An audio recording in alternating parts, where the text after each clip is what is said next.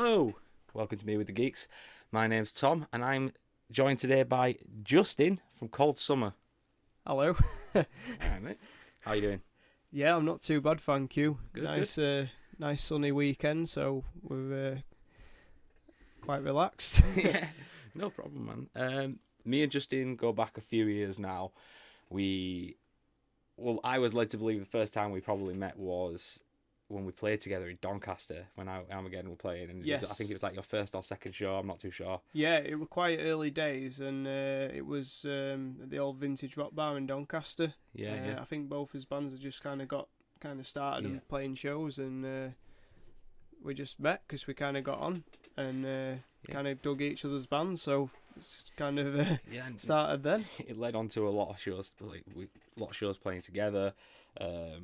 And even then, you asking me to go out on tour with you and playing guitar with you. Yeah, and that was a massive thing for me. But in fact, it wasn't. I think it might have been like the official time we first met. But back when I was in a band called Goodbye for Now, years ago. Yeah, I think you may have been knocking about with what was the band called? It was We Stand Victorious. Yeah, with those guys. Yeah, because you'd played with those. A bunch of times. We'd kind of met, but not realised maybe. Yeah. Going forward, Yeah. Like we say, you're in a band called Cold Summer. You've been around now, what, 5 years? Just over 5 years now. 5 years, man. A long time.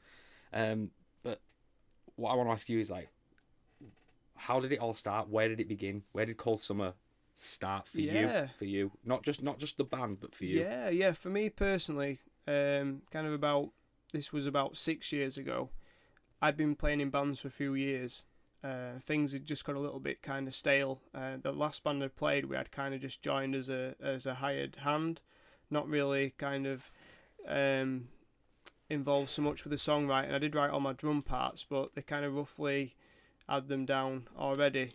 Things didn't really work out with that band, so I was a bit kind of in the wilderness a little bit. So I was like, well, I want to start something myself, and it just kind of flew into place. And a guy, he's not in the. He didn't start with Cold Summer, but guy joined our. I started jamming with a guy, and basically that led me to the two Chris's basically, and that's when Cold Summer started to kind of rehearse and become a band really. Chris Patch and Chris Harrison. That's it, yeah. Well, not Chris Patch, but I know him as Patch. Yeah. Dr. Hepworth. Yeah. So, he's got his PhD now, hasn't he? Yeah. So we've got to be official with that. Sorry, Chris, if you're listening. But yeah, Dr. Chris. What obviously, like we touched on that you were like hired, help for hire, whatever it was. Yeah. So you got the chance, but like what can you name those bands, or can you not? No, they're not existent anymore anyway. All right, fair enough. So it's not really not relevant. Not relevant. That's cool. No, That's fair enough. But you are, in my opinion, you are a really good drummer, strong drummer, hard hitter. Yeah, that's it. Every time I see you're always like, oh, I've just bought some new cymbals, or I've just bought this. Well, why did you buy it? Oh, crack the last one. All right, okay, so that's fair enough. But you are a hard hitter drummer. But what I want to get to is, how old were you when you started playing? I was actually kind of quite late when I started playing drums. Like for my 18th birthday, I got like my first drum kit. I saved up with my first job, and bought like kind of a beginner's drum kit, and just taught myself how to play. Weird story is my dad kind of set my drum kit up, and when I first got it, because he'd kind of played one before, but as it happens, my dad's left-handed. So literally when I first had a drum kit, I was playing it left-handed. But it's like, this has helped me in the long term because I can kind of play open-handed and things like that. So it's a bit of a weird thing that when I first I had a drum kit to play on, and it was kind of, because I'm right-handed, it was set up wrong, and so that's how I started out, just literally playing in my bedroom, and just got with a couple of guys that I went to college with that had like kind of the ambition to play in a band, and we just used to jam together. We couldn't play as instruments at all very well, but it was a good experience. Everybody, like the guys that I played with then, we all got better, And for me personally, it's installed like, you know, I want to play in a band and want to do this for a long time, and I'm still doing it now. So I'm really glad that when I was, even though it's a bit late maybe, I'm glad that I kind of had that drive just from myself. Not my mum and dad were into music, but never to the point where they were pushing me to play an instrument. But obviously they would be, you know, if I'd have done it younger, they'd have obviously fully backed me behind it. But they're quite proud that I've kind of done it off my own back, kind of thing. Cool, man. Yeah, I mean, like you say, like you know, like, they're proud of you, but like what influenced you to want to play drums, and you know what and then from when you started playing drums, what drummers did you look at and think, I want to play like them? Yeah, okay. Well, just from being really young, my mum used to play a lot of Fleetwood Mac DVDs, live videos and that kind of thing. It'd been VHS, sorry, when I was really little. And kind of Mick Fleetwood, the drummer from Fleetwood Mac, just watching him play, he's quite a good drummer in that kind of band situation, and just really cool to watch. And that kind of made me think, well, if I maybe play an instrument one day, I'd maybe want to play drums, kind of thing. And just kind of going through that time, like, and this is rooting back kind of to the hard-hitting style of drumming and stuff. Obviously, I'd seen Dave Grohl play drums in Nirvana and that kind of thing, and probably say like the Taylor Hawkins from Foo Fighters and John Otto from Limp Bizkit as well. I'm just trying to think who else really. I'd even say kind of Lars Ulrich. I know obviously drummers wouldn't maybe say that, but no, it's not wrong. You know, people love it's, Metallica for a reason. You either love him. He does the job in that band. That's my personal opinion. I have no critical analysis of his technique or playing ability. Like even in Armageddon, when I was in Armageddon, like even Sam wasn't the greatest drummer in the world, but it worked with us. And that's what it's all about. It doesn't matter how it's how you play in the band situation. There's if you gel, that makes your band work. Exactly. It's not about ability. It's about how you gel as a band together. Exactly. That's what I've always felt, and I have a lot of respect for obviously drummers that have studied and are extremely talented and can play. They play to a professional standard or whatever. But you do see some people that, when they're put in a band situation, doesn't work. No. They start overplaying, they start showing off, and just sometimes you've just got to play what's right for the song a little bit. And like I've always said, like when you're in a band, you've got to love it, and if you take it seriously, and you can still love it. Yeah, that's the main thing. That's it. Yeah, but it's getting that balance a little bit. When I was in Armageddon, we all said when we first started the band, we were like, we can't take this too seriously because we know that it might not work out. It can kill the enjoyment a little bit, and if people have aspirations kind of beyond, because it's luck. The music industry, anything like that, there's a lot of luck to do with it, and I think you've got to make sure that fun is, the number one thing, really. Yeah, definitely. Once the fun goes out of the window, there's just no point carrying on anymore. Yeah. But the fact, like for you guys to be going, for just over 5 years now, and I can still tell that you're having fun, and you're still writing, and you're still having fun, and that's the main thing. But going back to you starting drums and carrying on from there, do you remember what type of drum kit was your first drum kit with this? I think I know you've had a fair few in the last few years, so kits I've always kind of I've stuck with, and I had like a Hutton. It was like a beginner's kit, and I'm not aware of that brand or anything, but that's literally what I had. And then I had like a Remo kit that was like the first, I'd say, like saying professional, but you know what I mean, it's like a big step up from the beginner kit or whatever. And I had that for a few years, and then I went down to the Yamaha kit, which I've had for about 10 years now, and I've used that all the time. And I've also got a Ludwig, like a 1970s Ludwig Vista Light kit as well. It's more of a kind of recording type kit, because for gigging it's not like a kind of gigging kit, like for sharing with it's because it's quite fragile. It's an old thing, and you don't want it to get damaged and that kind of it's thing. for your personal enjoyment. Yeah, as well, yeah. I play a lot in the practice room with it and just use it for recording purposes, really. It would be nice to use it for shows. I'm sure I will at some point, but I believe it or not, even though I've had that when you're headlining shows, when you're at your pinnacle. Yeah. I didn't want to say that, but that's you can bring your own kit. I've got mine. That's the headliner's kit. But when we went to Manchester, we went to Manchester a couple of months ago, and just to go see this friend's band, and we were talking about drum kits, and you said that Yamaha, you like your Yamaha kit. And I said it's one of the stronger. Well, for me, in my opinion, it's one of the stronger kits to be. Because obviously, Pearl as well, like another strong kit. But for me, I've always I'm not a drummer myself, but when I do get behind a kit, I can somewhat hold a beat, but I can when I play a Pearl, I find it more difficult. But when I play a Yamaha, it just seems a bit smoother. Yeah, it just depends on the kit you've played on, but it's. Sam bought a really nice Pearl kit, but No. I tried to push him to get a Yamaha. He just didn't want to do it. Yeah. But so leading away from that, I'm not talking about being in Cold Summer. Obviously, being in a band, as anyone in any band will know, there's ups and downs towards every band life. We touched on it by saying, once the fun goes out the window, you may as well just stop. But what I don't want to talk about the downfalls. I don't want to talk about that. I know it's written down on here, but don't worry about that. I want to talk about the highlights. It's not scripted, guys. No, it's really not. Don't worry about it. But I want to talk about the highlights for you, your personal experiences in Cold Summer. What were the highlights of, even if it's just being in the practice room, playing a gig, going out on tour, or just hanging out as a band? Yeah. I mean, for hanging out and just general kind of experience of being kind of full on about things, just the experience we had around the Years Legend tour.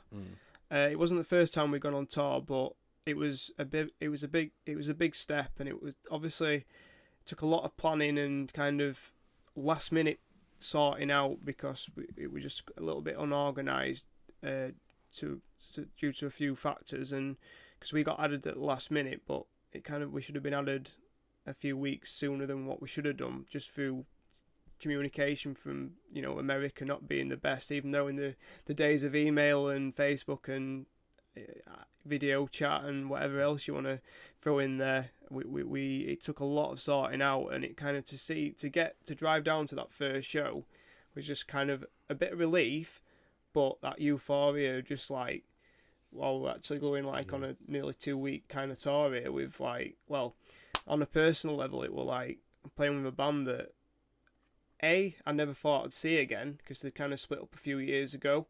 And then there's obviously that thing with coming back over to England and Europe, because it is expensive for an American band, vice versa. And then when they did come over, I was like, I really want to see them. And I'm thinking, well, I really want to play with them. And then step 3 was, well, we're actually going on tour with them. Well, I remember when all that kind of kicked off, because Chris was like, I can't do it. Yeah. So yourself and Dan, the vocalist of Cold Summer, reached out to me and said, can you fill in? And I was like, he never told me who he was going on tour with or anything, and I'd seen that His Legend was supposed to go on tour, do a few dates. It was supposed to be Mailing and Sons of Disaster headlining. Then it was His Legend and Empire's Fade.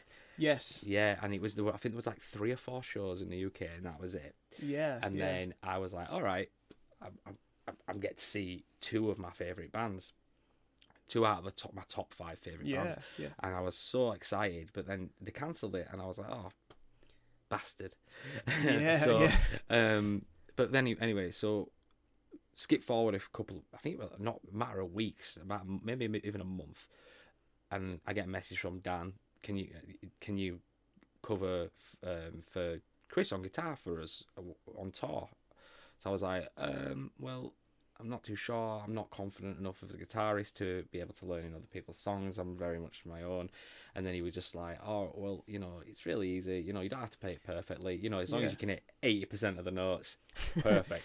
And I was like, all right, fair enough. As long as you're comfortable, that was it, basically. And you guys did make me feel comfortable whilst we were on tour.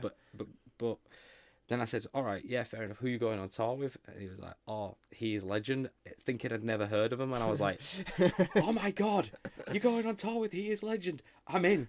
I'm in. I'm in. I'm down. And like you say, it was a bit unorganised, and it was like I didn't find out until I think 2 weeks before the tour was supposed to hit. Yeah. And because we couldn't obviously, we got, everything was put back, and that got Chris in a position where, he wasn't able to do the shows with work and just other stuff going off. So it was like, it got to the point where it looked like it wasn't going to happen, and the only way it was going to happen is if we had people fill in, playing guitar on quite a lot of the shows, basically, to make it work. Because we had to make it work. Yeah, I think it was only like 2 or 3 shows that Chris actually played. Yeah, it was. Yeah, but when he did play, we did obviously yourself or Ricky that had been filling in on some of the other days. What's Ricky's band called? His new band is called Alessa. Yeah.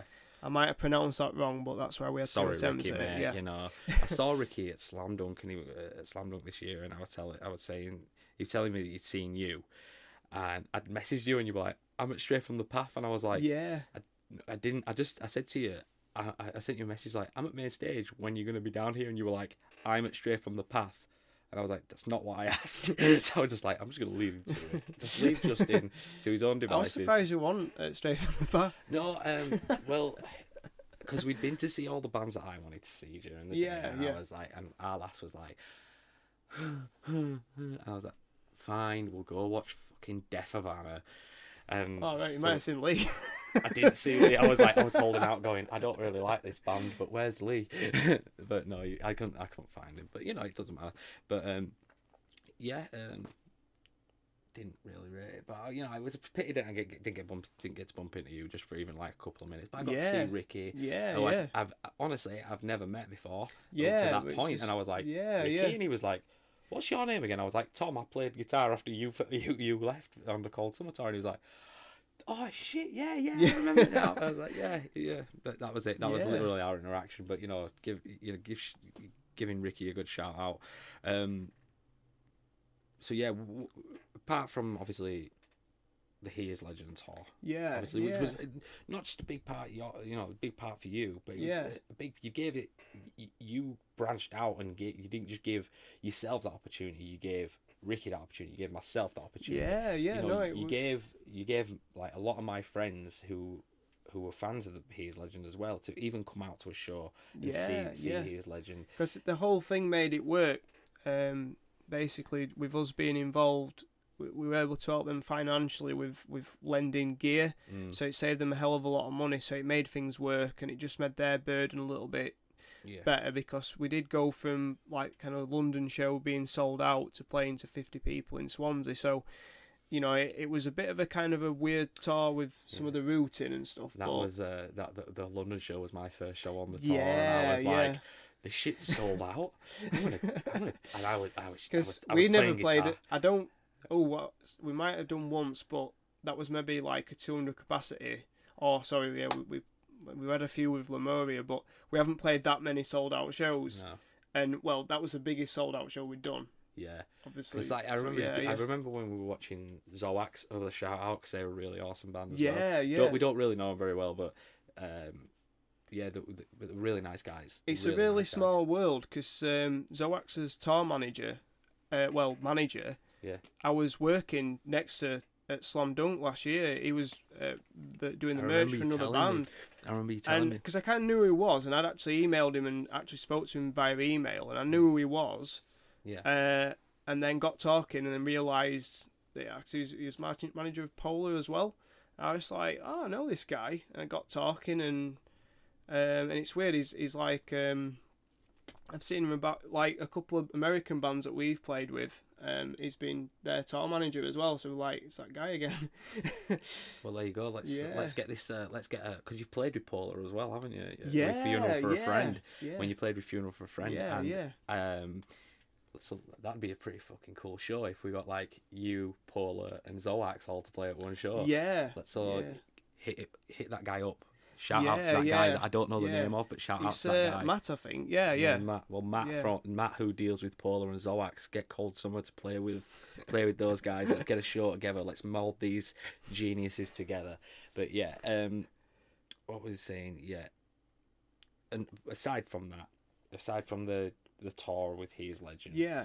what is another absolutely amazing highlight for you within Cold Summer? Like even if it's to the guys who are listening, it might just be like, well, that's not a highlight. To you, it's a highlight. Yeah. To you, it's something that you it shares a piece of your heart with. The live side is pretty much generally the highlight for me. I just like the general kind of performing live and hanging out at the gigs and just meeting other bands and other people that are there to see bands, and just general like the community aspect of it. And then just kind of going away from that a little bit, like as time's gone on, like I've got more experience recording drums in the studio, so I've like really enjoyed like, you know, kind of recording drum parts in the studio. I'd say that's quite a highlight, just generally because it's kind of improvement and just the recording experience. You know, I'd make a point of like kind of the writing session, getting ready to record Fight to Survive was, I'd say, a pretty highlight. Yeah. I'm literally searching it because I couldn't. I was like, what's the name of the EP called? Literally like Fight to Survive. I was like, damn it. Yeah. Literally, I was on your bloody Spotify, like, what's it called? Yes, Fight to Survive, yeah. So, like, when you recorded, I remember when I first heard Bear Eats Wolf, and I was like, this is not the same band that I like, that few, well, when we went on tour, when I first heard it was 2014 when we went on tour. Yeah. So, like, I remember listening to it and I was like, this is not the same band that I knew 2 years ago, 2 3 years ago. And I was just like, I was like, this is not to say you were never good, but like, this is step up. Yeah. This was really good. This was amazing. And, you know, who was it you recorded it with? It's actually, you mentioned his band, it was Mike Bennett, who member of Empire's Fade. Yeah. He's got a studio in near, like, it's in Cheshire. It's in like a really small secluded village in Cheshire. You just imagine that. Now that's just brought another memory back, because when we actually did the recording for Fight to Survive, I literally slept overnight in the studio on my own, which was quite an eerie, because it was in like the middle of nowhere a little bit. It was quite an eerie experience. Right. No ghosts or anything, but just generally it was very, very nice quiet. Ghost story for us then. Like, no, I'm not so gonna. I was asleep, and then they heard this tapping on the window, like, Justin, let me in. No, well, it's the quietest night's sleep I've ever had. I'd make that statement. That's terrifying. That sounds terrifying because to me that just like, no, not about that. I'm not a big fan of the dark. So any other highlights? Anything else?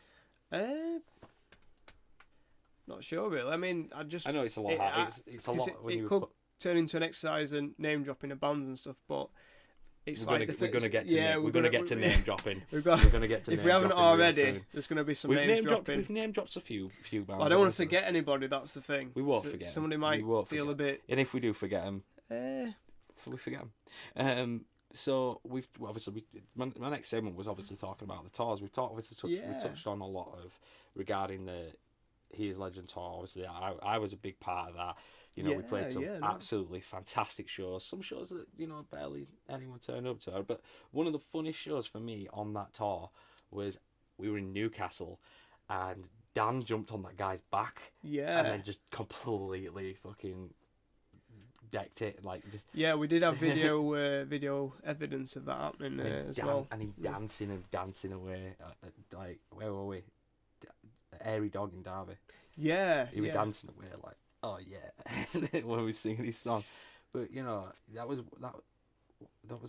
I really enjoyed that show because He was a guy, the promoter for the show, and I'd known because I'd played with his band. I don't know when before, well, a couple of years before that, and we met, and he was a really, really nice guy. His name escapes. I think he's called Adam, but he's a really, really lovely fella. Yeah, and it just shows you when you go on tour, you do meet people that you've kind of brushed shoulders with at some point, that kind of thing. It's quite a good experience. It's when there's people that you know. The only reason I remember that guy as well is because his band that we played with him in Selby, and the drummer for the band was taught drums via video chat, right, by Neil Peart. Oh, okay, that's. And I'm like, and because the drummer's dad was telling me, and he was like, I used to play bass for Boston, and I'm like, wait, what the fuck, Boston? More Than a Feeling, Boston. Yeah, and he's like, yeah, and I was like, what the hell? What? I was like, is this for real right now? Am I dreaming right now? No, but he was taught. Him and his brother were both taught by Neil Peart via video chat. That's quite an impressive. I think but he's just like, it's only because I were in Boston. He was like, that dream went away many a year ago. Yeah. It was a really, really interesting show because there was some really. Not to say that I don't want to slag anyone off, but there were some bad bands that played that night, but there were some really good bands, and I think it was the same night that we played with. Fathoms. No, it won't. Different night. Sorry, I'm going off on one. But yeah. So going back to the He Is Legend tour, it was the Newcastle show was a highlight for me. The London show was the most terrifying for me. And the Huddersfield show was the most. I was quite chilled out at the London show, but that's because I could smell a lot of weed coming from downstairs. So I was quite chilled at that show. The London one, that kind of helped me chill out. That was it. That's literally. I think that's might have been the only reason I was on that tour, because every night they were like, the Corey, who was the tour manager for He Is Legend, who was Denny's brother. Denny's the guitarist for He Is Legend. And he kept he come up to me. He was like, Tom, can you purchase some marijuana for me? And I'm like, well, yeah. How much do you want? 10 bag, 20 bag, and he's like, I'd like half an ounce, and I was like, all right, I can get that for us. I can get that. So, but luckily we were driving there and back. We were driving home every single night. That's the one thing that was quite weird, and not to be negative about it, but that's obviously it made it quite a weird tour with that, because it's weird because when I go to Sheffield, I always think, because there's an end of town near where Dan works, and there's like a car park we used to kind of meet up in. Yeah. And I'm like, this always reminds me of the tour, because we kind of went there about 5 or 6 times to this same car park to meet, and just generally like waiting for people to finish uni or work or whatever. Yeah. Yeah, I remember, because it was like the first day. The first day was like I said, we were going down to London, and we had to wait for Chris Patch, Dr. Patch. Yeah. We had to wait for Dr. Patch and Dan.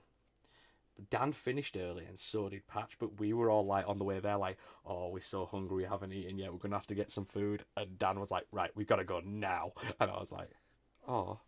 Yeah, we really cut it fine there. We were quite lucky, because kind of Boston Music Room isn't too bad. To park round. Parking was, but kind of getting there wasn't as bad. I've driven to London recently myself, and it's a bit of a blessing when it's in kind of North London. If you're in Central London, like the first time we ever played in London was at the Old Blue Lass, which is a really cool venue. And it's just like, it's a little bit hard to find, and you're kind of dealing with like the congestion zones, and like the parking was a bit weird. Like, I'm sure we paid like £20 to park a van for 2 hours, something daft like that. But then it was free parking after that time. Right. So yeah, so I can remember getting paid £30 for that show, and 20 of it went on parking. So if you're in a band and you want to make money, then you're in the wrong thing. You're in the wrong thing. You're in the wrong thing completely. Because that you can see already, we're already at a loss, and that's before we've even we've obviously driven down to, I think we're driven from like Preston, which is quite far to drive. Oh yeah, Preston's up there. That's down there. Any other tour best bits? I can remember like the kind of we did a headlining tour around our album release, self-titled album, which came before Fight to Survive, and we self-booked. I did the booking, and we played like a headlining tour, which went really well. But we played Bath, which was one of the highlights of the tour. Maybe not because of the turnout, because that was quite a low turnout. But it was just a really like clean city, town city, you know. And we had a nice breakfast, and me and Lee like slept in a Lord of the Rings tower because it was kind of like a youth hostel. And all you could think, like, I've not even seen Lord of the Rings, but I can imagine it's in Lord of the Rings. Well, so, I've seen Lord of the Rings. Yeah. And again, all I'm imagining is like the tower with Sauron's eye at the top of it, and it's just being like, shit. Yeah. But yeah, no, it sounds fun. The one time you were going on tour where you had a story that you told me and saying about, I don't know if it's a good highlight or a bad highlight, but about the little chavs kicking off for you. Oh yeah. So when we did this is back to the self-titled tour. We had the first night in Cumbria in Workington, and basically I think it was maybe a Sunday night maybe, and it went okay. The promoter did a really good job, and it was a really great show to kick off the tour. But when we were unloading, we just had some issue with some like kind of like chavs or whatever kind of hanging out near the venue, and they'd done it to one of the other bands. They kind of hit them with the door as they were walking out and stuff. And we've been told that because one of the other band members lost ground. He's African descent, and we've been told by the promoter that kind of Workington is a little bit racist and that kind of thing. So we were obviously a bit concerned about that happening, but then it happened to us. But then it kind of kicked off because the guy actually hit Dr. Patch with the door, and it kicked off basically. Right. And then I'm assuming it's kind of their older brothers or were kind of nearby, and they showed up. Right. So so the adrenaline was pumping for you all. Yeah. So first night of tour. Now I had a bit of I got the rough deal of this because I was kind of mediating and making sure if anything kicked off that it was going to be diffused or we diffuse the situation so nobody's getting arrested first night of tour. Because I'm kind of self-appointed tour manager. Police show up, but everything's cool by then, so no biggie there. But in kind of obviously haste of just getting all our gear into the van and stuff, everything was just kind of thrown in. And we drove to I think it's Workington, maybe rugby or football club that's just outside the town centre there, and we slept in their car park overnight. And we didn't have much time to kind of prepare like the beds properly and stuff, and I got a bit of a rough out of the deal. And when I woke up, this is no word of a lie, it was kind of like a bluey purple colour. Right. Because it was February and it was cold. Yeah.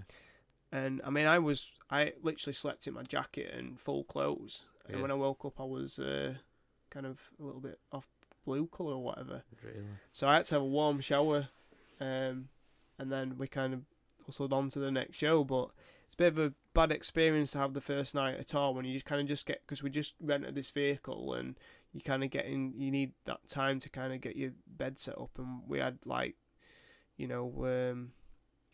we were intending just to sleep out, in the venue's car park. And obviously with that incident happening, we didn't want to stay there because if these kids come back or their older brothers come back, we probably wouldn't have a van, or one of us would probably be, some of us might have been in jail or something. So, we just kind of diffused the situation. We got the van out of the postcode, and then I got the rough end of the deal there. Yeah. And Fair enough. I mean, let's say that was a downfall. So it wasn't a downfall like you all fell out or anything like that. It was just it was a downfall as it was out of your control. They were just being dicks, you know. Yeah. This is sometimes what you have to deal with. Sometimes just with like kind of the general public, and we're just trying. We're not doing this for a living. It's a hobby, per se, and we've gone to a town we've never kind of been to before, never played before, and just get kind of sat on by some locals that don't really like anything.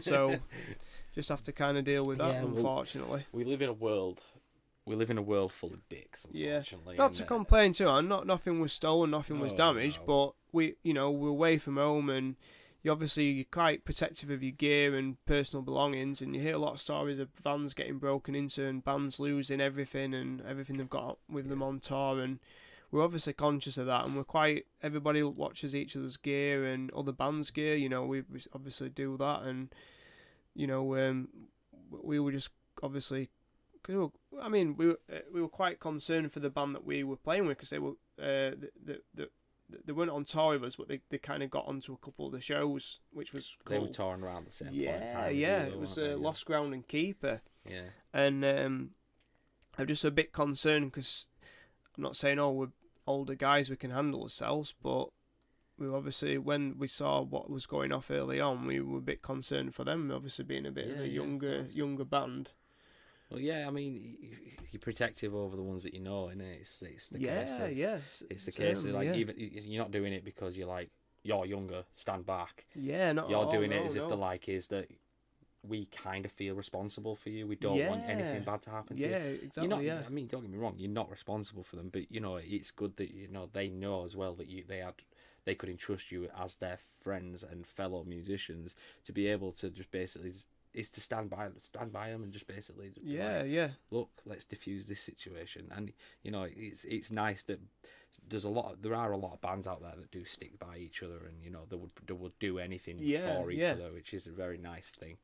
But yeah, so I mean, with all the tours, with the tours that you've been doing, and obviously all the shows, I've been quite busy, and as well as Dan recently became a father. Yeah, it's a real generally, a lot of people would think, well, these guys don't work hard because they're not touring all the time, and they kind of play a lot of one-off shows and things like that. But I think when you take everything into account, I've got to say, as a band, not just me personally, I've got to speak for the band here, I think everybody does work really hard to keep the band rolling, because we could easily take the foot off the gas and disappear, basically. Yeah. And credit to everybody in the band, because to me it always feels like we're moving forward a little bit, because everybody's committed to it and does the best that they can, and they do make a sacrifice to a certain point.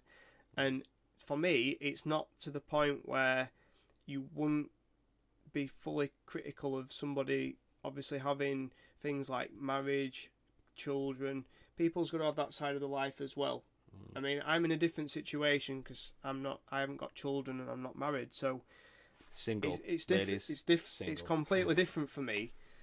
So I have to get in at times. I certainly have to get into their shoes a little bit and think from their perspective, because it could be quite easy to sit back and say, "Well, I'm doing all this, I'm doing this and that," but at the end of the day, we work well as a team. Everybody's got the kind of roles in the band and that kind of thing, and it feels like, all things considered, I'd say we're a hard-working band. Some people would disagree with that as well, but that's when you're comparing to some band that have got aspirations of doing it for a living and need to go through the years of losing money to make money. But you've always made it evidently clear, especially to me, that you'd love to be a full-time band. Given the opportunity. Life gets in the way. It does. So you've got to imagine. So you'd love to be a full-time band, but you all have full-time employment. You all, some of the members of the band have family. Some have other financial. As we mentioned, Chris has worked towards a doctorate. He was touring and doing this while doing a doctorate. Exactly. A lot of people would have completely sacked the band off. Yeah, exactly. Playing in a band. He hasn't. You could be critical of, we're not doing this and we're not doing that, but when it comes to the kind of crunch, they've done enough to kind of just keep things, rolling. The ball's not rolling as fast as most bands, but it's still rolling. Yeah, that's it. But and you're working at it to keep it rolling and that's keep it it. going. Yeah. And that's it, man. And it takes a lot of effort to keep a band together, and it does. It does, because a lot of things change in people's lives, whether it's employment, education, personal circumstances, relationship, girlfriend, boyfriend, marriage, whatever. And we've managed to keep it together pretty well. And don't get me wrong, there's times where it does feel a bit frustrating because we've had to it's not that often, but we have to turn the odd show down, or we have to we never cancel shows. Now this is the thing here, is I always book our shows once everybody's fully 100% committed to it. We're not a band that cancels shows and that kind of thing. No. We don't like knocking them back, so we explore every avenue to ensure that they happen if we get offered them and that kind of thing. Like with the Is Legend tour, we had 2 people filling in. Not a lot of bands would have knocked that back because they'd have been worried about not being at the full potential. And it's like, well, we made things work, and we made you and Ricky feel comfortable in that situation. Yeah, exactly. We were. It's for fun. Just do your best. There was not one time that I felt pressured on that tour at all. No, not at all. Not at all. You don't get me wrong. If I messed a song up, I was told about it, but I wasn't told about you messed it up. You need to try harder. Constructive. It was just like it's like I messed parts up. Other members of the band messed parts up. So we're only human. But the fact is, for me to come in, but never once was like Dan or Patch or yourself ever like, you need to try harder next time. It was always you did really well, man. Here's some good points. Next time you're playing it, just if you take a step back and slow down, you don't have to mosh it every little bit, because that's what I do. You saw me when I was now again out here. I spent less time on that stage than any of the other members, because I was always in the crowd playing guitar, having fun, and that was the main thing. One of the coolest pictures I can remember from seeing from that tour is from the Manchester show with He Is Legend. Yeah. And you can see energy, and you can see there's Dan. I think you might be in the crowd, or you're very, very close to the front of the stage, if not. Yeah. And same with Chris and other Chris as well. And I was on this weird riser thing. It was like a pyramid pedestal, at the top, which is a bit weird. Yeah. But you could just see that we were an energetic band from that photo. Yeah. It just kind of encapsulated what we are as a band in one. And that was a premature final date for us, wasn't it, as well? Yeah. This is with the last minute of the touring. Obviously promoters were put in a position where they were given a free reign of booking support bands. Now, everybody else managed to accommodate us. We did have to negotiate a few because we're not these guys that we must be the main support because we're touring. We had a few promoters that were very that had made promises to other bands, so they had to kind of accommodate us. So we made it work without us feeling like we're not welcome or anything like that. But we just had the issue with the last date of the tour, in Stoke-on-Trent, and the promoter had already booked kind of enough bands, and he explored every avenue, and I can remember speaking to the guy via email and stuff and sorting it out. Well, not sorting it out because I couldn't play, but this guy had explored every avenue, so he was being pretty straight up about things, and it was fair enough. But I know for a fact a lot of other bands would have been kicking off about it. I mean, we still travelled back. We travelled down. Yeah, we went down. We went down to Stoke. We went to see the lads on the last day. Yeah, and we also saw. I met a couple of people down there that I'm still friends with now. Yeah, and I also met. I also found some bands that I actually really enjoyed. There was a band called Tusk that played with them, and they were really good. They were right up my alley, and they were predominantly the reason that I got into another one of my favourite bands now. Anyway, another one of my favourite bands now called Wilson. Yeah. Because they're very good friends with He's a Legend. So I was like, hey, I'll give him a listen. And honestly, I went to see him last year, or maybe the year before. Yeah. But I went to see him at the Key Club in Leeds. Jesus Christ, they put on a show. really, really energetic, fun band to watch. Yeah. So and it's all these little aspects that come off at all, like you say. You meet new people, you're getting to see new bands, and even then, you might not get to see the bands, but you hear about other bands, which is really awesome. But obviously, talking about tour and talking about everyone having their own lives, and obviously the ball's still rolling. But what's next? What's coming up? Yeah, for us, we've really focused now on writing kind of the follow up to Fight to Survive. Now, it might come across as that the guys are taking the time, and yes, we are, because we're kind of really spending a lot of time and getting things like a lot of ideas down, trying to get as many kind of songs written as we possibly can. We haven't set a deadline. If we were kind of a sign band, we'd really be under pressure to get things done by a deadline. And we've obviously, to be fair, Dan is the main songwriter in the band. So he spends a lot of his spare time writing ideas down and things like that. But he's really been perfectionist about taking these little ideas to the kind of the full song stage. So we've got quite a few songs down at the minute.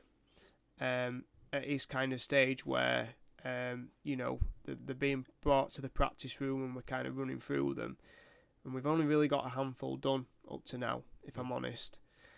So for some people we'd probably be a bit behind schedule or whatever, but we haven't really got a deadline. So for us, it's about getting as much done as we possibly can, really, and spending the time that it kind of deserves on it, really. And like you said, like you said before we went into recording this, you were saying that gigs, you'll take what gigs you can, and but you want to focus. You want to focus on bringing your fans new music, and that's the main thing. Yeah, we don't want to obviously leave it too long, because.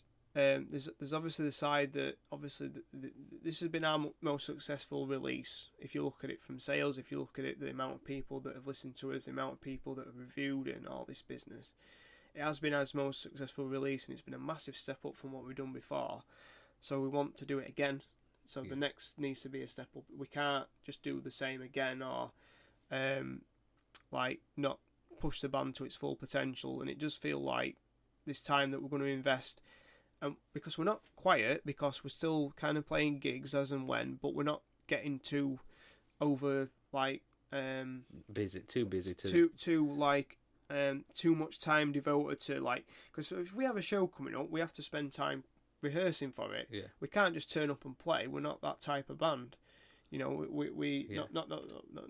that we don't know the songs, but we obviously need to we need to spend that couple of hours or whatever it takes to make sure that when we play, it's to the standard that we want. We play everything as it should be, and so obviously, kind of booking tours and stuff would be a little bit, and just with obviously having children, that's been a factor why we haven't toured, and just people like Chris has been busy. He's done a degree, so he's going to be a teacher starting in September, because we've been concentrating on the writing side and just kind of gigging as and when. It's allowed him to get that out of the way, because he's been working really hard for the last couple of years to kind of get to this stage in his life. So it's a big thing for him to get that his course passed and that kind of thing. Whereas before, he's not had the time to maybe do it because he's been quite preoccupied with band stuff.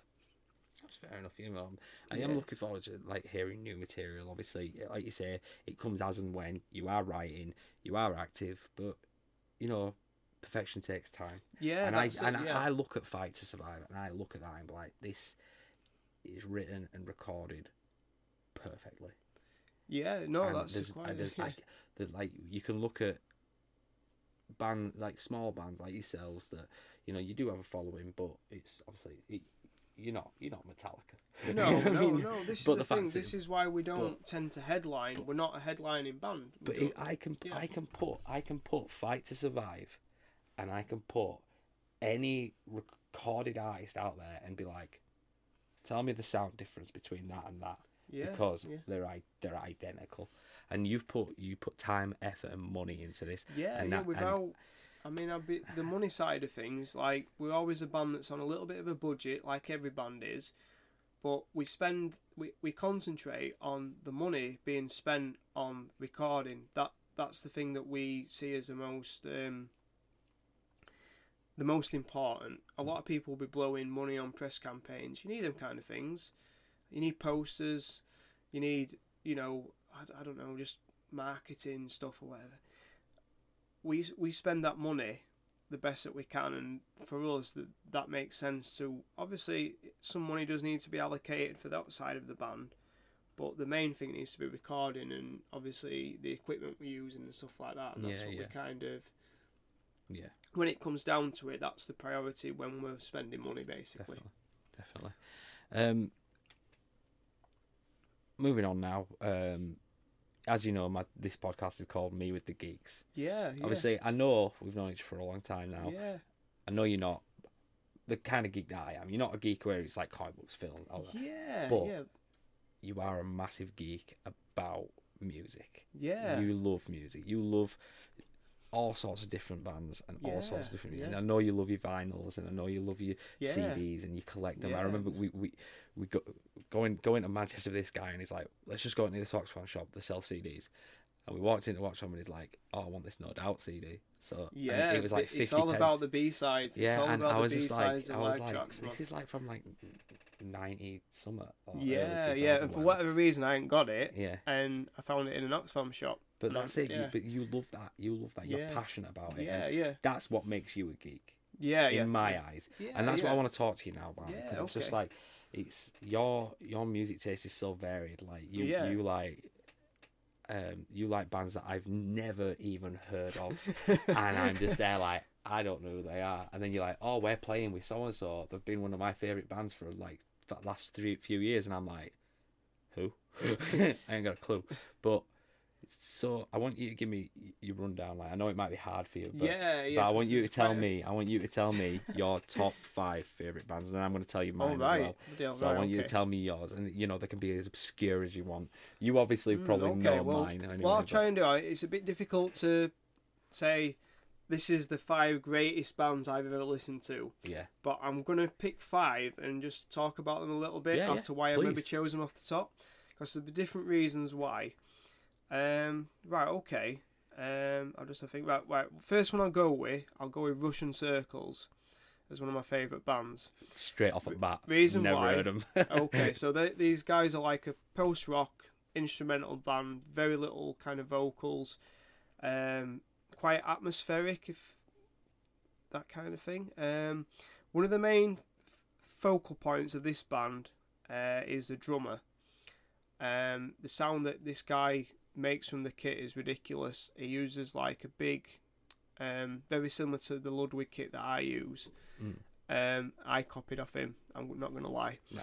He uses like a 24 or 26 bass drum by 14, and it's just this kind of Led Zeppelin thud, like Hammer of the Gods thunder kick drum sound. Like John Bonham kind of. Yeah. Nice. Now this band is ridiculous live as well. They're very tight, but for that style of music, the drummer's quite energetic when he's playing, and he does hit quite hard for that. He's quite his technique just allows him to kind of hit hard, but maintain kind of the he knows when to hit gentle as well.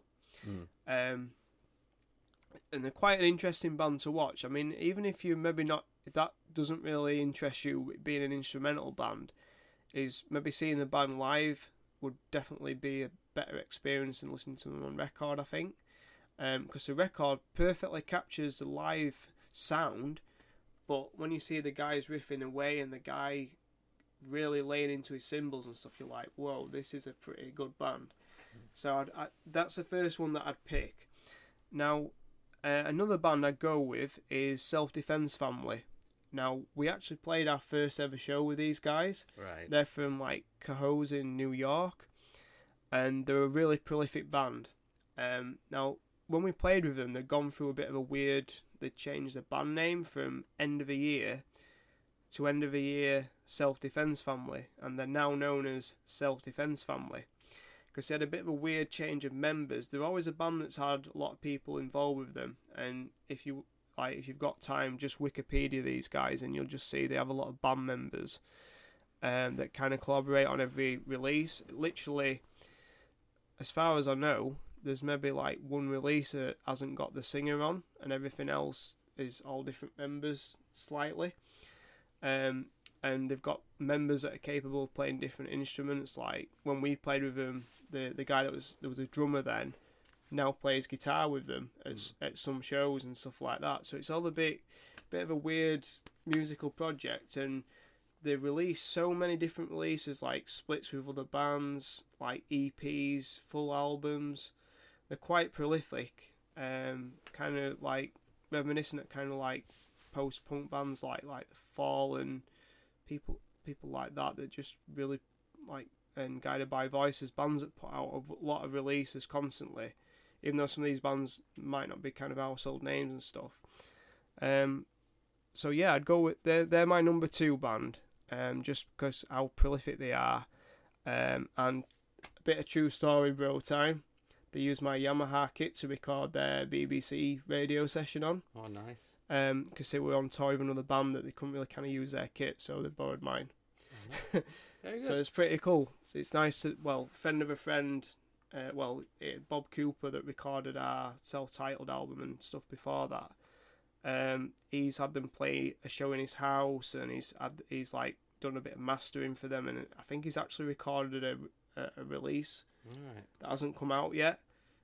So he's a guy that kind of got me lending them gear. Nice. So that shout out to Bob there. Right, I'll go with number 3 then. I think it's got to kind of be Led Zeppelin, but it's very 100% focused on the drums with Led Zeppelin. Yeah, obviously, yeah. I'm just trying to think who else really. I've got a niche band that 10 years ago, longer than that, and the drummer from Fall Out Boy is a fan of them as well, and called Sin Spy Man. They used to be on like Revelation Records, kind of like a post-hardcore band. I just have some weird like fascination with their band. Like I listen to them a lot. Managed to scope down a couple of their shirts on eBay, and I've got like their releases on vinyl. So that's one band that I kind of I reckon I've got everything. I've got like their first like ever release, which to somebody in England to own, I think is pretty rare. Yeah. And I'm just gonna try and think of my 5th one, because this is all off the cuff. This is from a pool of like. None of this was scripted at all. He didn't know what I was going to ask him. He's just pulling this out of the hat. I mean, this is kind of brought to the forefront a bit with recent events, but I'm gonna go with Soundgarden as the 5th one. I know they're obviously a more well-known band than some of the others that I've mentioned, but just the guy Chris Cornell's voice was just ridiculous, like one of the best rock singers I've ever heard. And I'm really gutted I never saw him play live with either, Audio Slave or Soundgarden themselves. I've got a few friends that have seen Soundgarden and won't,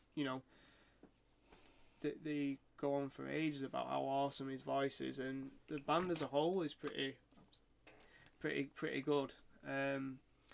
Like Matt Cameron's a pretty handy drummer, and there's a lot to them as well. I'm really gutted I didn't say Tool in that top 5 as well, because they were like. You can say Tool as well, man. Yeah, they're number 6. Yeah, they're number 6. Yeah.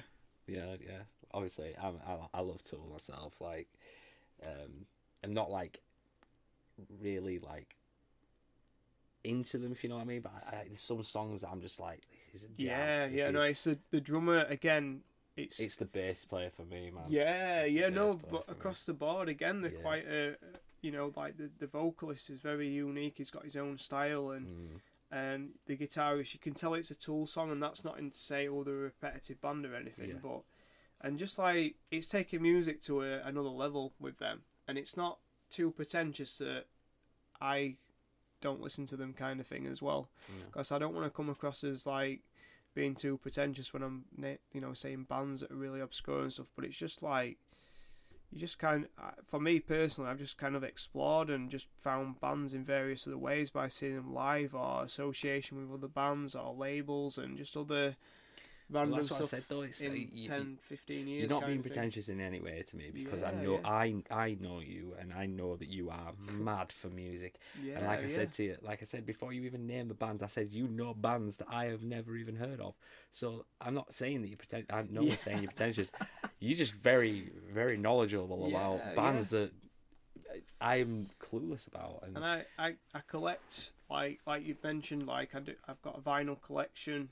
I collect singles and LPs and just generally kind of buy them from bands live, support them. Yeah, for me, the money's going directly to their touring costs. So I look at it that way. You have that big thing where, excuse me, you love, because you being in the band as well. I know you want to help. I know the effort that goes into it, and I know that obviously supporting them financially, and just kind of getting excited about what other people are doing artistically is a good thing to get behind, and I'm always for like spending my wage on helping bands by buying their merch or releases, just supporting them, because it keeps the ball rolling for them. Yeah. Because for a lot of bands, they drop off the radar or call it a day because of financial reasons. So there's always that thing where I feel like, don't feel obliged to do it, but I just feel it's I just feel like I'm helping them out. Definitely. Yeah. Do you want to know my top 5? Yeah, sure. I'll just tell you. I'll just tell you my straight top 5 favorite bands. And I'll start at number 5. It's Wilson. Like, when I found that band, when I first started listening to that band, I was like, how the fuck have I never heard this band before? Yeah, well, that's a good feeling. And I was just like, this band are spectacular. Number 4 is Male Innocence of Disaster. Yeah. Just purely because Dallas Taylor is he's an amazing vocalist, and what happened to him is a shame. You know, he was in a major car accident. And, no. He's lost. I think he's blind in one eye now, and he can't sing at all, and he's it's devastation, because it's like Male Innocence Disaster are one of those bands that I'm like, I anticipate a new album. So when they dropped their 4th album, it was different as well. It wasn't like typical Mailing, but if you go back and you listen from 1 to 4, every album is different. It's never the same. Never the same. But it's not even progression. It's like they've gone, this album's going to be rocky, this album's going to be southern vibe, this album's going to be metal, and now this album's just going to be pure unadulterated rock and roll. And it's fucking great. 3 are my boys from Here's Legend. They just dropped their album. When did they drop that? Like about 4 months ago, 5 months ago. Oh, just no. It's maybe 3 months. Like May. It was when we went to see them. It was that week it came out. Right, Because I was gutted they didn't have the record and vinyl when I went to see them. I had to pick it up in a store like the week. Did you manage to get it? Yeah, there was a bit of a weird with Record Store Day. Loads of bands this is a general thing now, get screwed over, because if their album release date is near the Record Store Day, they're gonna get like the pressing plants are behind. So basically, a lot of bands miss their release date for the vinyl, so they'll put it out on CD or digital download on the date they should do, but the vinyl will come maybe a few weeks after because of it. It's just one of them things, but people's patient enough, they will wait, but it's not ideal if you're trying to, obviously, sales are important, the first week sales are very important. Here's Legend, you could see the situation they're in, it's very important to them, so to have that happen, I can imagine not being the best thing, really. No, but so like that album, that, like you say, we went to see them the same week it came out, the album dropped, and it's a fucking killer album. You've just said about Mailing, Here's Legend have got that thing as well, where each album is a little bit fresh. It carries over some elements that it's Here's Legend, but there's a lot of new stuff going off as well. Yeah, but it's like when you look back, when you look at Heavy Through as well, where that's got a bluesy vibe to it. That's got a very bluesy, emotional vibe. And when I asked, and you can definitely tell the change in drummer as well. the Definitely. drums, for me, listening back to them, I can see it's a different drummer. And again, it's like the guy fits in the band, but it's a slightly different style to the old drummer. But it works absolutely fine. And it's a shame he's actually now left as well. Yeah. Few now, they just dropped Few a couple of months back. That's very Black Sabbath. Yeah. Like very raw, definitely. very epic. But that's my number 3. They're my number 3. Number 2, I'm a big Whitesnake fan. Yeah, okay. Love me some Snake. No pun intended. So yeah, like Doug Aldrich is like one of my favorite guitarists. Red Beach is an amazing guitarist as well. So I've seen him twice. Saw him at Download Festival in 2009, and then I saw him Manchester Arena. Right. Okay. A couple of years ago with Def Leppard and the Black Star Riders. That was it. Oh. And it was good. It was really interesting. Like, oh my god, David Coverdale, man, vocals. My god, I don't even know how old. I think he's like 70. It's like nearly in his. I think he's either in his 70s or nearly in his 70s. Yeah. He can sing like he's in his 20s, man. His vocal range is mad. And you know my first pick, because you love the drummer in this band.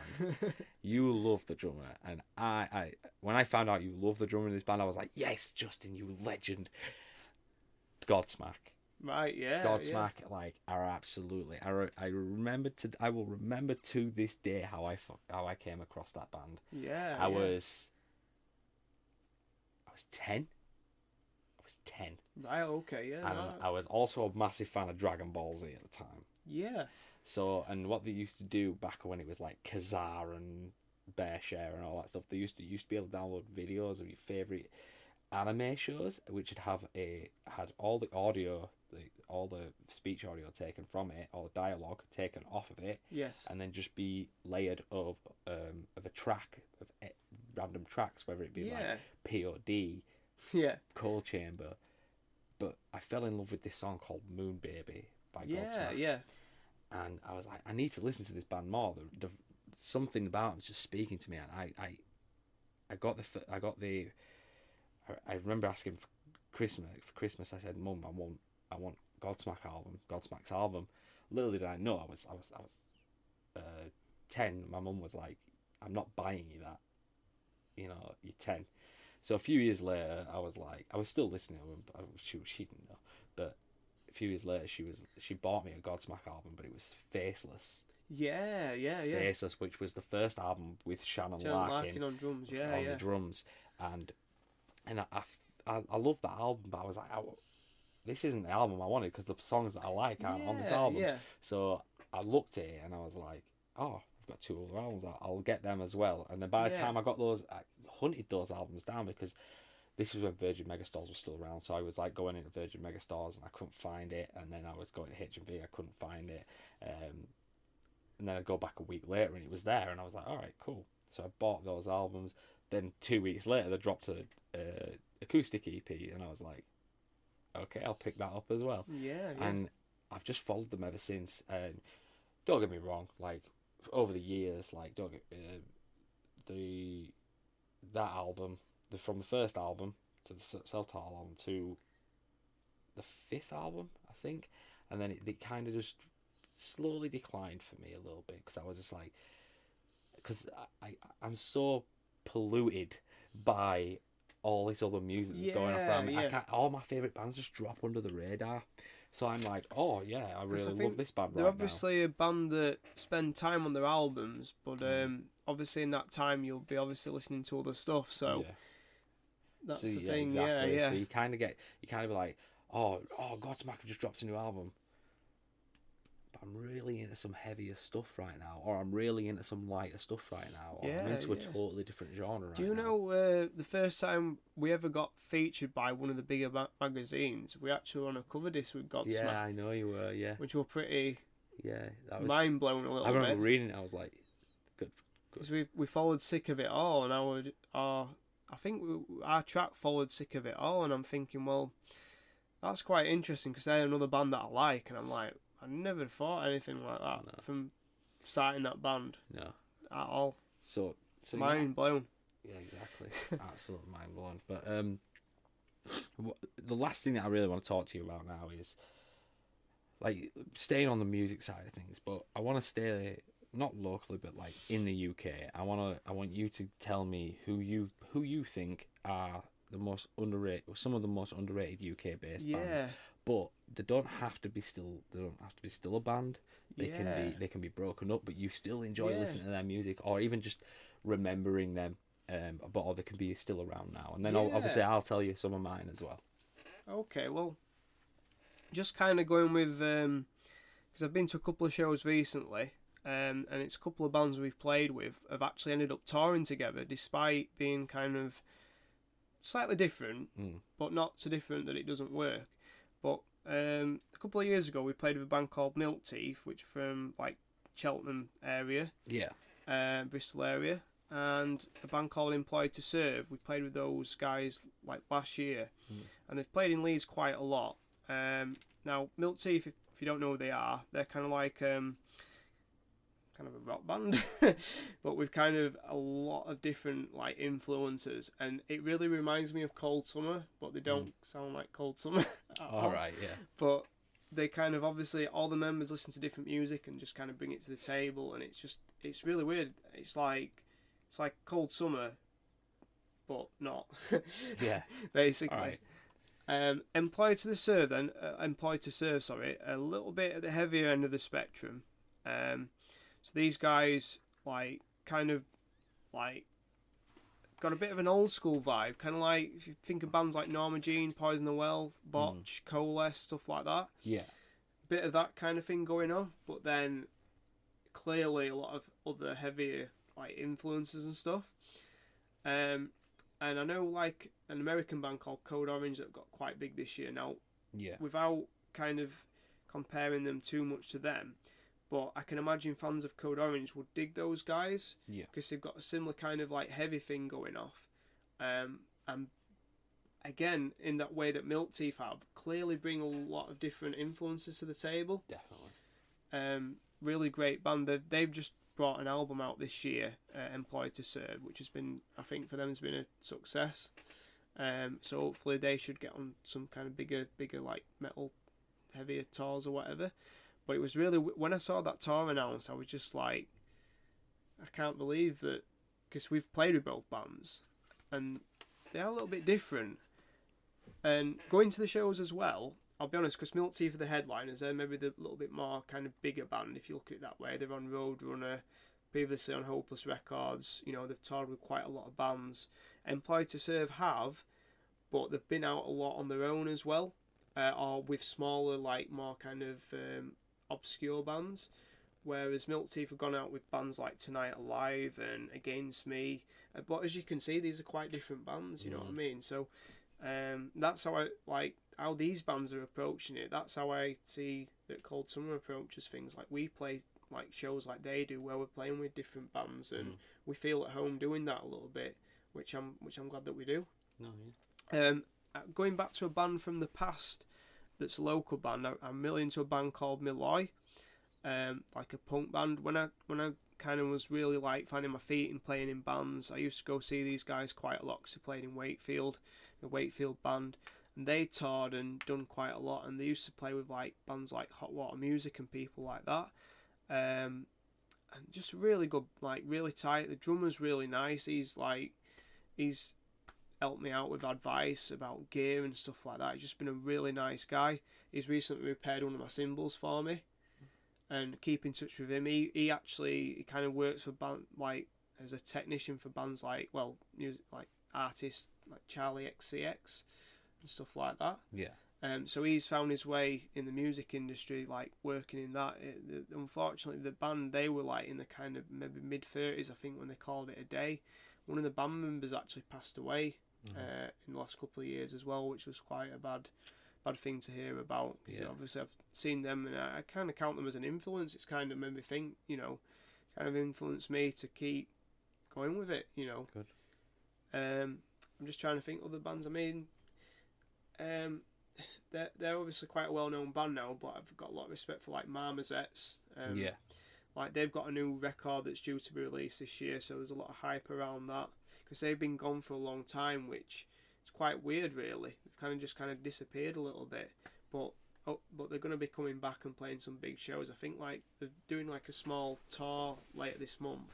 Yeah. And most of the dates are sold out already. Really? Jesus. Tell you one of mine. Yeah.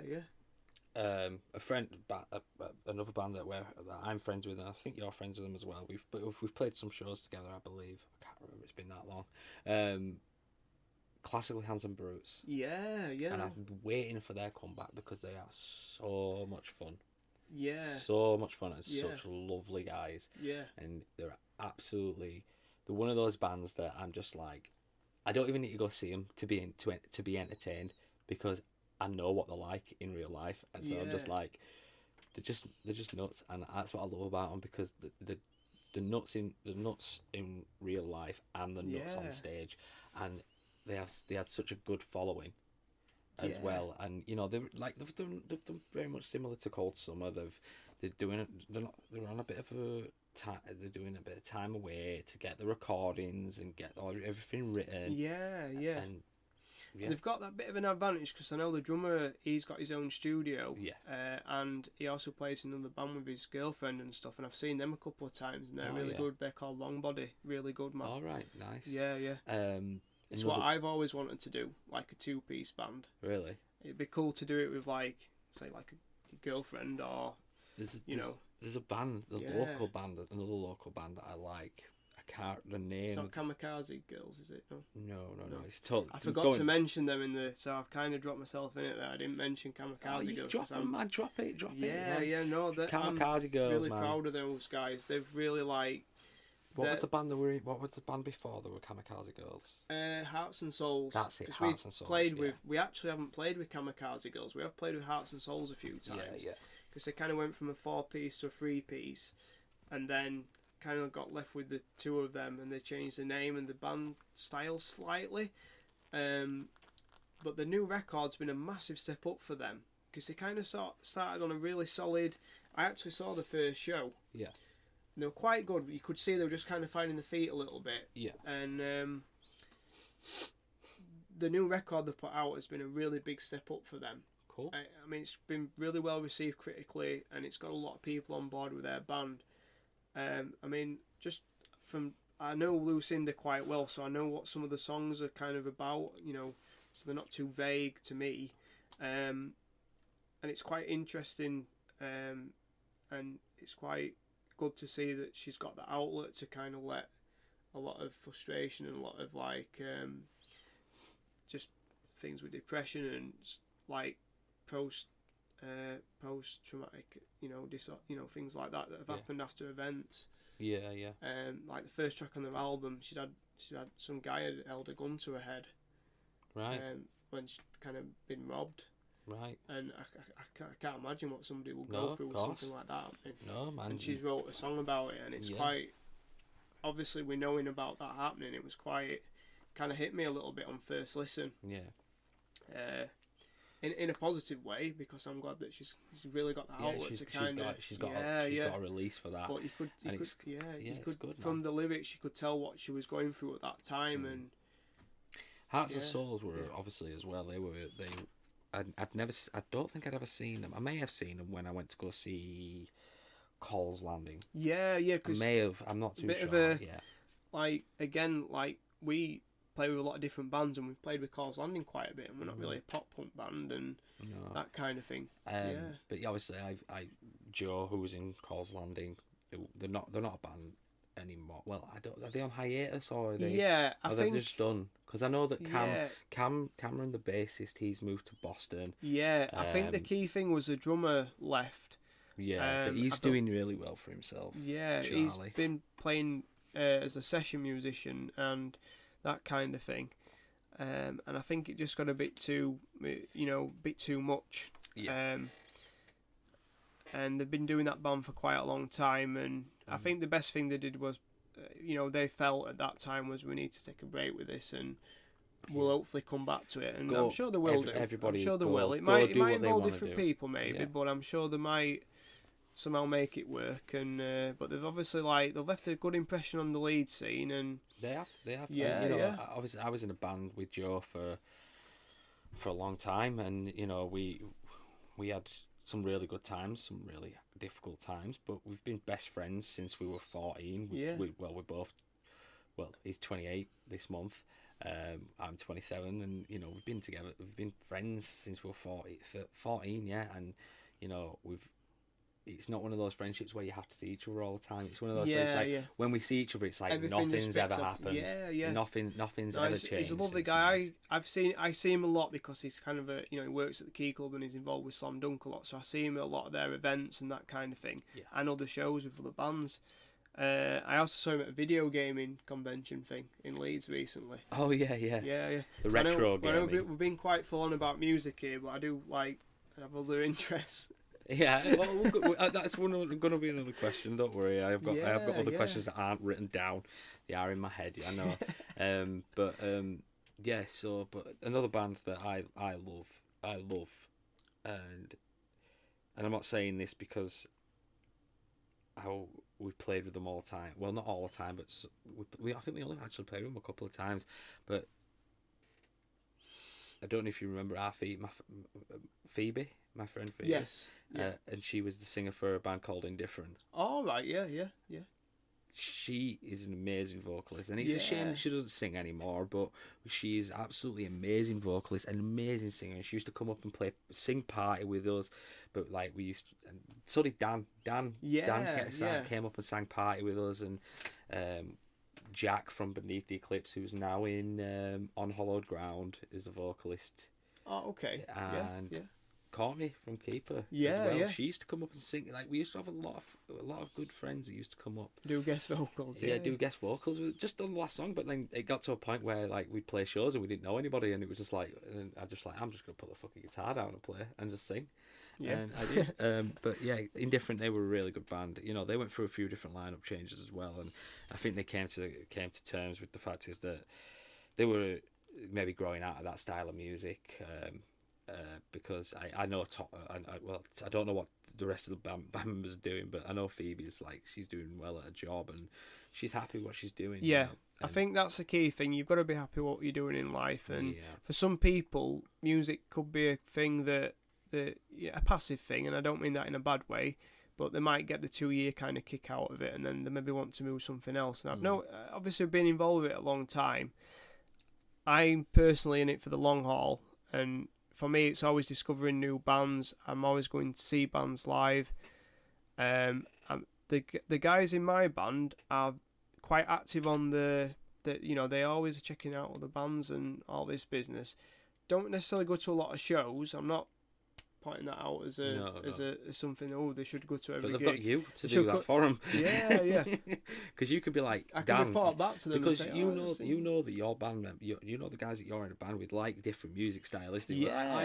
I know that Dan doesn't like some bands that he doesn't Chris like. Likes. And one of the key and... surprises is if ever I get asked influences and stuff, Pink Floyd gets thrown in. Dan's not a Pink Floyd fan.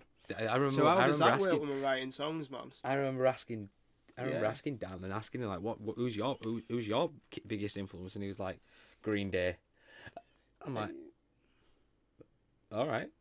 Yeah, no, it's totally off the cuff because it's just you scream in Cold Summer, you scream down a microphone. Billy Joe Armstrong doesn't do that shit. He sings, but Dan's a strong vocalist.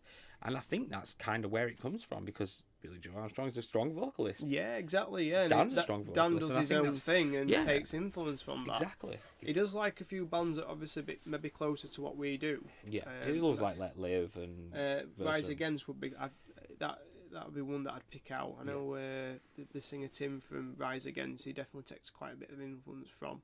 Yes, you could tell. Yeah. And I think kind of lyrically as well, that's quite a bit more closer than maybe Green Day a little bit. No, but that's what I'm saying. But he's one of his. Well, I don't know if that's what he might be in his favourite band, but Green Day was a big. He's a big Green Day fan. It's a solid choice. It's one of the bands that criticise somebody for picking. Let's face Green it, Day like we all grew up on Green Day, and things like that. It's weird because I'll be honest, I've never been a massive fan of them, but I kind of respect and know they're good at what they do, man. Oh yeah, definitely. So, any other bands that you want to give a shout out to and tell people to go listen to, even if they're not around anymore? Just be like, go check out the music. For somebody that's big on music, I'm a bit lost for words at this point. I want to give a shout out to a band that I'm probably never going to even see, and they're not relatively small band. They're quite a well known band, but they're still, like you say. You said Milk Teeth and Marmozets. So let me say, I want to say the Hell, man. Yeah, okay. The Hell. They're a funny fucking band because they're just they're making not a mockery of the music, but they're having a laugh with it. They're looking at it and going like, hardcore teens too serious, man. Let's have some fun, And I remember seeing them a few months ago. I think it was about probably just before we went to go see. Yeah, it was just before we went to go see Here's Legend, and it was a couple of weeks before that. And I said, we went to see him, and I was just in awe, just like, these guys are fucking hilarious, man. They're so funny. They're so lively. They interact with everyone. It don't matter if there'll be 10 people in the crowd or 100 people in the crowd or 1,000, whatever. They would do exactly the same thing for anything, any gig, and that's why I want to give them a shout out, because I don't know them personally, but they are a really fun band. I think the local kind of bands that I've missed out up to this point, I'd say probably Brawlers. Now those guys have been around for quite a bit, and they've had a little bit more of a kind of an accessible sound before. They've done some like kind of really big tours. They've played with bands like Zyverses, like Lower Than Atlantis, Anti-Flag. They've toured with Milk Teeth. Who else? I'm just trying to think off the top of my head. They've toured with the Hell. They've played with the Hell, definitely. Well, the new stuff is a lot darker. Now, before, I've always thought with Brawlers, they've been a live band. Like on recording, they've been good recordings, but it's never really captured how they are as a band live. And a lot of it's to do with Harry the frontman. It's kind of like banter on stage, or whatever you want to call it, and just general. It just gets the audience involved, and it's entertaining to watch. Even if you're not a fan of that band, you will watch them when they're playing because they're just fun to watch. Now, things have got a little bit dark with those guys, and they've had a change of members, and the new stuff they've put out is kind of reminiscent of a little bit closer to maybe Cold Summer, whereas before. You can't tell you can't say it to They'll everybody. Get offended if I say you can't tell everybody that every band out there is like Cold Summer, because you guys pull, like you say, you pull different music together and mold them together. So but like I've not heard Brawler's new stuff, so it'd be interesting. Yeah, so it's kind of a bit like bands like Jawbox and Glassjaw and things like that. So Glassjaw kind of the heavier side. Yeah, they've added that element, and then a bit of unpredictability, but they've kind of like I know kind of like the old school post-hardcore that's not as metally. I can see that from the kind of Fugazi and the Jawbox side of things as well. But it sounds really good. But the guys, they're struggling to tour like they used to do, and it just shows how tough the music industry is. To really make an impact, you've got to be on and on and on and on, and the guys they've done that for a long time, and they seem to have got somewhere. But then the new stuff's obviously thrown a few people out a little bit, because I think the reaction to it generally hasn't been that overwhelming, and it's a shame really, because I've seen them play the new stuff and I was quite impressed with it. Even my girlfriend, she's seen Brawlers and she loved them. Yeah, she's all because they played with the Hell, like I said. Yeah. A couple of other bands played with them, and she was like, "Those other bands were not very good, but this band was really good. It was really interesting.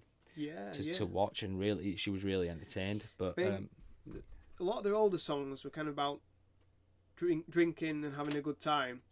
I can't personally relate to that much because I don't drink. But when I was seeing them live and stuff, and the singer was going to the bar and stuff while they're playing and stuff like that. Yeah.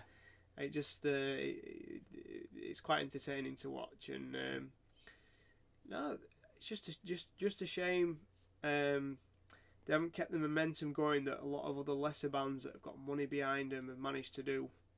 So I feel a bit for don't those guys. Don't be name dropping on that side. No, don't be name dropping. But no. There's no need to feel sorry for them, because I'm sure at one point that someone's just going to be like, you know what, you guys have got a good backing behind you. We're going to send you out. And we just have to have faith in the music industry at some point. It is a tough industry to get into. There's a lot, a lot of like entertainment industries. It is. Yeah. There's a lot of money flying around, and you see a lot of money that's flying around that's bands that don't know what they're doing, and sometimes you're just feeling like if my band had that financial backing, what we could have done with it. But it's always because obviously the industry is reliant on other people. It's reliant on, it's reliant on fans and stuff. If you're doing it for purely artistic reasons, you're not so much bothered about what other people think. No. And we're on a weird thing where we really like, in introspectively, are like, really care about what we're doing and like analysing and perfectionist about what we're doing. We're not particularly like, I don't know, like if without going down the line of bashing a genre or whatever, if we decided to be this one genre, this one-dimensional band that sounds like another 5 that are signed to major labels and that are doing specific tours and there's stuff like that, where Cold Summer wouldn't get on. Yeah. You know what I mean? So it's always a bit like, I'm glad that we've stuck to his guns, and I've never approached a band where I want to be a music industry band that's purely to make money or purely to go down one set route. No, I like the agree. unpredictability of playing with loads of different bands. The weird thing is, if over the course of our 5-year playing live shows thing, I can like identify certain shows and be like, well, we played with this band and we had an awesome gig. Then we played with this other band that's similar style, and the fans were like, with their arms folded when we're playing. I like that predictability about it, man. I like to be able to turn up to a show and think, I wonder how we're gonna go down tonight. Yeah, I remember the first gig that we played together. It was obviously we got on really well. There was nobody there. Yeah, I think Lawrence from While She Sleeps popped in. Yeah, because he's got a bit of a close connection with Dan. And the vintage rock bar kind of thing. Yeah, he's good. He's friends with Dan as well. But he might have popped. I think he popped his head in. But there was we were just majority playing with the band, but it was. You guys were opening because you were fairly new. Yeah, we were then on after because Sam, the drummer for Armageddon, he was friends with the guys from Vintage Rock Bar, so he got us on the bill, and then the headline was an indie act. Yeah. Nobody was there to see him though, and I was like, so you had a very progressive band on, a punk band, because that's, let's face it, that's what Armageddon was. We were a punk band. Yeah. And then this indie band, and I was like, yeah, it might have worked. It didn't, but we got some really good friends out of it. But as you were saying, obviously, cause this show's called, like I say, once again, this is me with the geeks. But what else do you geek about? Yeah, right. So you were saying video games. So I've got a few consoles. I kind of collect it's mainly the PlayStation. I've got interest in other things, but I don't have the space to and the money to deal with like Mega Drives and stuff like that. I mean, I've had them in the past and stuff, but I'm just have to stick to the PlayStation. That's my foundation. 1, 2, 3, or 4. So I've got 1, 2, 3, and 4. I've got all 4. I've got all 4. And then the main thing is the PlayStation 3 can play all the older games, so that kind of helps a little bit. But I've got quite a good collection. I kind of like a lot of retro games as well. I've also got a Neo Geo, which it's kind of like an emulator, but it's also a portable machine. Right. And it's got, if you're familiar with Metal Slug and games like that, there's just basically bullets everywhere on the screen. Right. Have you ever played it? No. I really recommend that to you and anybody listening. If you want to just shoot the hell out of anything on a screen, play Metal Slug. Metal Slug. It's awesome. I think you can get it on like digitally, like on Xbox and PlayStation. And if you're going down the hardcore route like me, I've got like the I've got one for the PS1. I've got several for the PS2. They haven't got it on PS3, but I've obviously can play the older games on that, so I don't need to. But I've got this Neo Geo that's got like the original arcade version of it. Right. So I'm pretty stoked on that, and it's got like loads of other games as well. And I'm all about these like little arcade sticks as well. All right, cool. So yeah, I kind of like clothing a little bit as well, but it's more I'm a band T-shirt type of guy, but I kind of like, I don't know. I know you like trainers and polo shirts. Your polo shirt. Yeah, you with your polo shirts. I like a smart casual polo shirt. That's my thing. The premise of me starting this podcast was because I wanted to start where anybody could come on and talk about anything they geek about. Yeah. Now you're going to come on and talk about polo shirts. This is good. This is probably going to be the first thing. This is branching out, because I think a lot of people are going to expect kind of comic books, comic conventions, films. The standard, the thing that I would speak about. Yeah. But it's obviously there's kind of geekery that kind of extends elsewhere in the interest world kind of thing. Anybody can geek out about anything. Yeah. I've got like an interest in films as well, but I don't think it's as strong I know you like your. I know it's still music related, but you like your music documentaries, and you've told me to watch so many Studio City. I watched it, and oh my god, what an amazing piece of film that was. And honestly, because of you, it's kind of branched me into a lot of different directions, because he's like, go watch this, go listen to these, and it's been a very, very interesting experience knowing you, Justin. Yeah, because I do send a few friends like links to songs and suggestions. Check this out. I believe they do, but I think after a bit they get a bit, this guy is always suggesting stuff. It's not a bad thing, because you're trying to get people to enjoy. I think the weird thing is, this kind of kicked off because people weren't suggesting to me.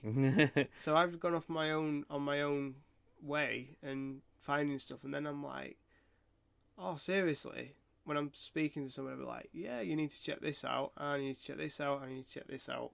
Yeah. But yeah, I mean, anything else you'd like to add before we wrap up? I think that's everything, really. Without going on for another hour. We are going to try and get the other band members on at some point, because I want to thank Cold Summer as well for letting me use their track, Car Crash in Progress. Good choice. Yeah, out of our repertoire anyway. No, I was the one who chose it. I was the one that approached Justin and asked him, said, can I use it for the podcast? Can I use it for the opening and the closing? Because if you obviously right at the beginning, you just get this big shock with Car Crash on there. It's only on the YouTube videos though. It's not on the SoundCloud videos, because the SoundCloud video is just audio, and I haven't quite mastered how to do all that yet. Right, okay. So if you on the YouTube videos, if you direct people to the YouTube page, just say, then obviously then it will. I've also on the YouTube videos I've linked the Car Crash video on there. So it has. I just want to thank you and the rest of the guys from Cold Summer for letting me use that, because it does mean a lot to me as well, because it reminds me of a great experience that I've had in my life. It's but yeah, it was just amazing just to get other people on board. In retrospect, there's obviously this panic of, because I spoke to so many people about playing guitar. I knew Dan had already spoken to you about it. Obviously there were other people like for other shows and all this other business, and I literally spoke to everybody that I know that's a good guitarist, and the amount it was a big commitment for somebody to take time off work and all this business, so we had a lot of people that weren't interested in doing it because of that, but everyone were like, they were kind of happy for us that we managed to land something like that, because they were shocked, not because why are they playing with them, they were just like, whoa, you guys are like pushing yourselves and things are happening kind of thing. Definitely. Yeah. And for me, it was just another thing that I could. It's a story for me to tell. Yeah. It's not just be like, oh, it was a part of my life. No, it's a story I can tell. Like, this is what happened in my life. Yeah, yeah. When I have kids, I can be like, this is what your dad did. This is what your old man did 30 years ago. Yeah. But It's gonna be like, I'm waiting for that day when I have children, and once they're old enough to kind of take things in, and you're kind of showing them stuff that you've done when you were younger and stuff. And I'll just be like, well, this is why I've had kids later in life, because I've been doing this and giving this like the best shot that I possibly can.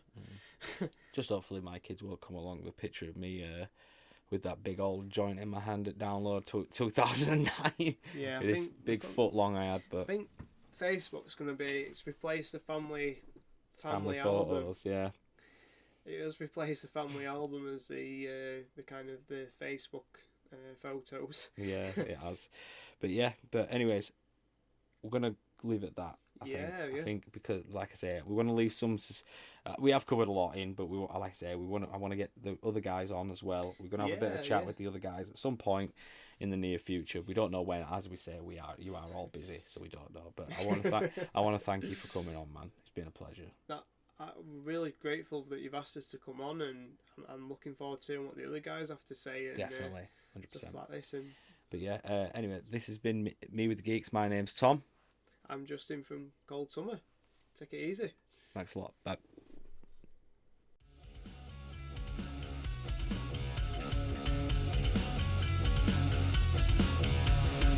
So pictureless now, a perpetual motion of a car crashing into the ocean. This world we live in a running motion. Where the picture's always blurry and they're always out of focus. We live our lives around jealousy and greed. No good intentions, just wolves that need to feed. We are a violent race in a self-obsessed age, and we're hiding away from a realistic state. A million calls to rock and dominate the way. No one heard their voices. They were betrayed. They were betrayed. They were betrayed. They were betrayed. A million calls to rock.